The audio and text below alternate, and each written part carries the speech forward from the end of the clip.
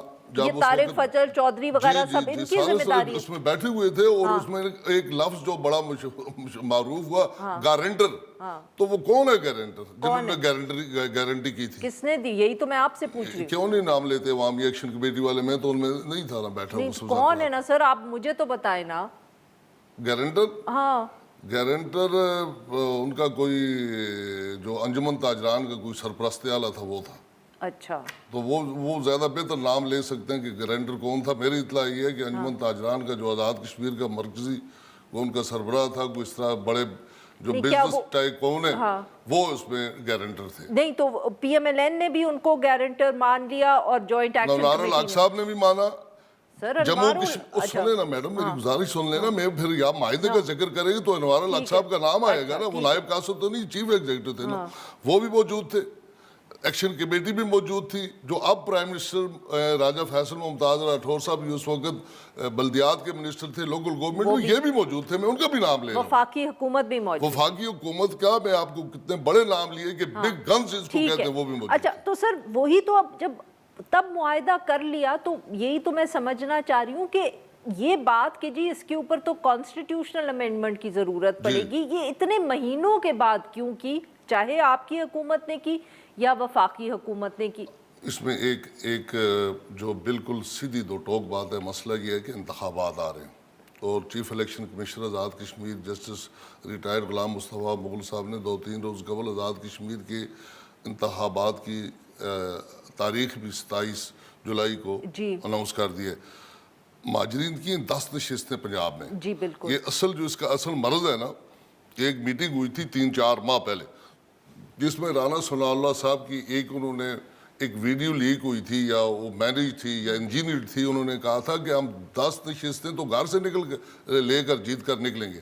وہ اس لیے مخالف ہیں. میں کہتا ہوں کہ ہمیں کرسی اقتدار انتخابات کھیلنے کو چھوڑ کر عوام کی جان و مال کا تحفظ کرنا ہے.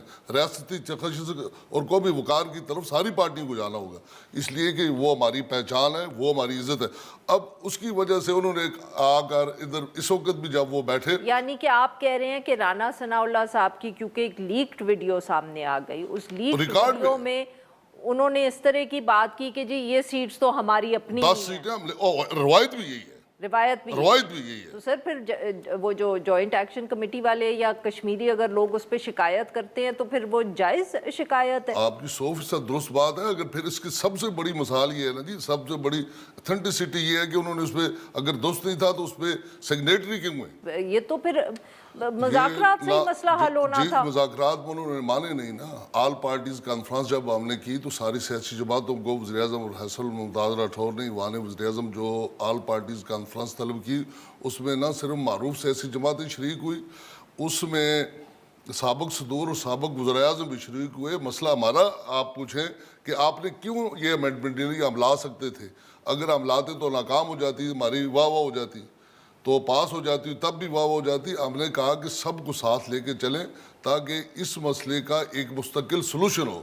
اور یہ اس کا مسئلہ بات کیونکہ سمجھا نہیں پایا آپ نے ان کو، مطلب کہ کلعدم کر دیا. کلعدم اس وقت اس صورت پہ پہنچ کے میں نے کہا نا غیر مقبول فیصلہ کہ لوگوں آپ بھی دیکھیں اس وقت بھی 10-12 انسانی جانیں لقمہ اجل باندھ گئی.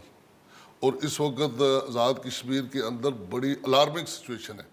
تو اس صورتحال کو بچانے کے لیے ہم اگر کھلا چھوڑ دیں، لوگوں پہ آئے، پورے آزاد کشمیر میں بلوا کرے، اور ہمیں دوسرا ایک اور بہت بڑا ایک چیلنج درپیش ہوتا ہے کہ ہمارے ساتھ ہی ہمارا ازلی دشمن ہے بھارت، جس کو ابھی تک مارکہ حق بنیان مرسوس جو چیف آف ڈیفینس فورسز سعید عاصم منیر کی قیادت میں اللہ نے پاکستان کو فتح مبین سے ہمکنار کیا اور بھارت کو آپریشن سندور میں شکست فاش ہوئی، وہ ڈائجسٹ ہی نہیں کر رہا. آئے روز بھارتی سر آپ کو یہ خدشات تو نہیں ہے کہ وہ فائدہ اٹھا لیں گے؟ یہ تو پوری دنیا میں یونیورسل سسٹم ہے، جب آپ کی اپنی لڑائی ہوتی ہے تو دشمن فائدہ اٹھا. بہت بہت شکریہ ناظرین. یہاں پہ لیتے ایک چھوٹی سی بریک، اور جب ہم بریک سے واپس آئیں گے تو ہم بات کریں گے ان افواہوں کی کہ بجٹ میں شاید کوئی تاخیر ہو.